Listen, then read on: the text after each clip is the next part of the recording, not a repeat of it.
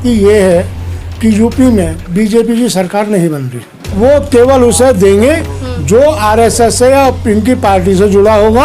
आम आदमी को इन्होंने कोई ना तो प्रॉफिट दिया है ना कोई वो प्रॉफिट देंगे। इनके मेन पॉइंट थे, क्या वो सभी जुमले थे? जमीन पर उतारा है, सोने की लंका बनाइए, उससे तनिक जाकर ये विद्या लुप्त न हो जाए, जाकर सीख लो कि सुशासन कैसे हो। और कोई झिझक के बगैर भरत को उन्होंने सुशासन के पाठ सिखाए। इन्हें इतिहास की नॉलेज नहीं है। इन्हें तो जो इनके तलवे चाटेगा। अब जैसे ही टीवी 10 भारत, सच की ताकत। नमस्कार, मैं प्रिया त्यागी और इस वक्त हम राजनगर कोर्ट में मौजूद हैं और हमारे साथ अधिवक्ता मौजूद है जिनका नाम है रविंदर त्यागी। सर, आपका बहुत बहुत स्वागत है हमारे चैनल में। धन्यवाद। सर, आपसे सीधा सवाल कर लेते हैं कि जिस तरीके से अब यूपी में इलेक्शन है तो उसको लेके जो सभी पार्टियां हैं वो अपने अपने जोर लगा रही हैं, अपने अपने काम में लगी हुई हैं। लेकिन इसी बीच कल आपने देखा होगा कि गोरखपुर में जो हुआ एक्सप्रेसवे को लेकर उद्घाटन नरेंद्र मोदी जी करेंगे, तो उसको लेकर वहाँ पर गाड़ियाँ रोक दी गई हैं। अगर समाजवादी पार्टी की या विपक्ष कोई भी वहाँ जाना चाहे तो उस पर एक तरीके से प्रतिबंध लगा दिया गया है। तो क्यों ऐसा किया गया, क्या लगता है इसके पीछे? प्रिया जी, आज की स्थिति ये है कि यूपी में बीजेपी की सरकार नहीं बन रही और ये बौखलाहट में सारे प्रदेश में तो इन्होंने 144 लगा रखी है। इन्होंने अपने 4.5 साल के कार्यकाल में कोई भी काम विकास का नहीं किया। जो सपा सरकार ने पिछले कार्यकाल में काम किए हैं वो मात्र उनका फीता काटने का काम कर रहे हैं। और इसी कड़ी के मद्देनज़र जो समाजवादी पार्टी की यात्रा निकल रही थी, जो गोरखपुर से जिसका 100 किलोमीटर दूरी पे यात्रा का कार्यक्रम था, उसे भी रोक दिया गया है। और इसे रोकने का सबसे बड़ा कारण ये है कि बीजेपी आज के समय में समाजवादी पार्टी और उसके गठबंधन से घबराई हुई है। लेकिन एक तरफ वो भी कह रहे हैं कि हम लोग 200 या 300 पार करेंगे। देखिए, वो आज के माहौल में वो 200-300 पार करना छोड़ दीजिए। वो यूपी में यदि बीजेपी, जिसे मैं अपने वर्डों में कहता हूँ बहुत झूठी पार्टी, वो 100 सीटें ले आए तो वो भी शुक्र है। तो आप तो सीधा कह रहे हैं बीजेपी को झूठी पार्टी। वो तो कह रही है कि हम लोगों ने बहुत काम किया है प्रदेश में लोगों के लिए। केवल इस सरकार ने 2013 से झूठ बोलने के सिवाय कोई काम नहीं किया। 15-15 लाख भी तो लोगों के खाते में, किसके खाते में आ गए? वो तो उन्होंने साफ कह दिया, जुमला था। 100 स्मार्ट सिटी बननी थी, कितनी स्मार्ट सिटी बनी? कोई धरातल पे काम है? कितनी बुलेट ट्रेन उन्होंने चला दी? जो इनके मेन पॉइंट थे, क्या वो सभी जुमले थे? ये आज भी जुमले ही वो कर रहे हैं। तो क्या लगता है इस बार क्या मुद्दे रहने वाले हैं? कोई मुद्दा नहीं है। सबसे बड़ा मुद्दा है बेरोजगारी, जो सबसे बड़ा देश का मुद्दा है, और महंगाई। इसको तो लेकिन बीजेपी नहीं मानती मुद्दा। सर्वे में भी साफ हो गया कि ये कोई मुद्दा नहीं है। वो ना माने, लेकिन जिस आदमी को खाने के लिए रोटी नहीं मिल रही है वो तो इफेक्टिव करेगा। इनकी उज्ज्वला योजना फ्लॉप हो गई 1000 रुपए के सिलेंडर में। कितने लोगों ने सिलेंडर बनवाए? फ्री में उज्ज्वला योजना के दौरान तो पहुंचाए। देखिए, सुनिए, फ्री में जो कोई भी ये काम कर रहे हैं या लालच दे रहे हैं, घर से कोई नहीं दे रहा।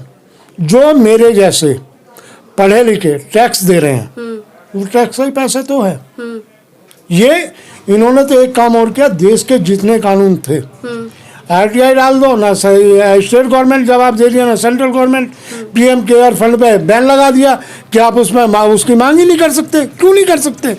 तो PM केयर फंड की आप बात करें तो उसके लिए तो उन्होंने बोला है जो गरीब बच्चे हैं, जो जिनके पेरेंट्स कोरोना काल के दौरान मर गए, उनको दिए जाएंगे।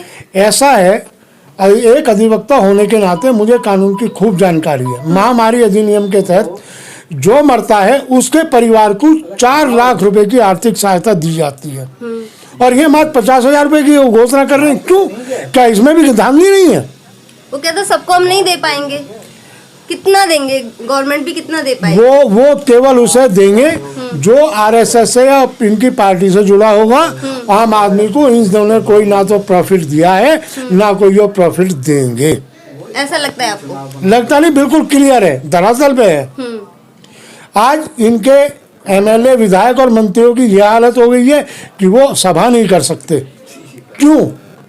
इनके कर्म खराब है। तमाम पार्टियां अपनी अपनी जोड़ लगा रही है, तो क्या लगता है इस बार कौन सा किस पर इस बार काम करेंगे? इस पर मैं सही बता रहा हूँ, जो यूपी में सरकार बनेगी वो सपा और उसके जो सहयोगी होंगे उनकी सरकार बनेगी।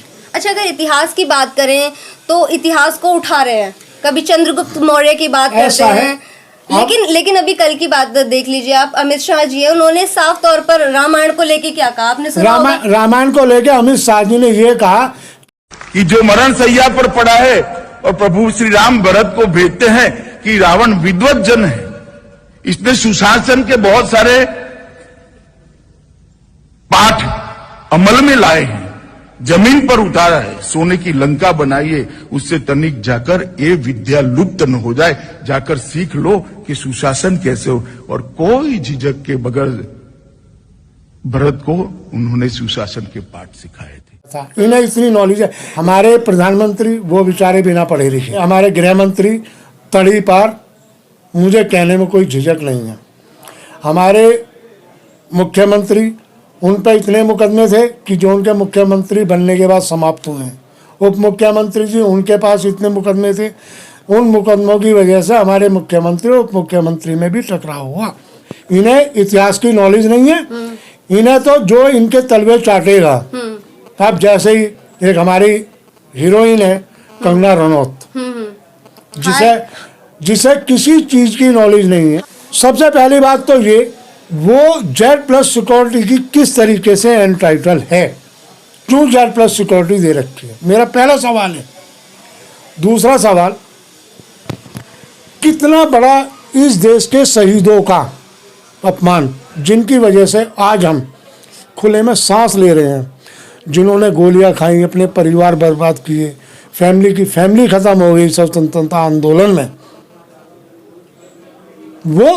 वो आज़ादी, उस आज़ादी को आज़ादी नहीं मान ली, वो तो 14 में आज़ादी मान ली है। कौन सी आज़ादी है 14 में?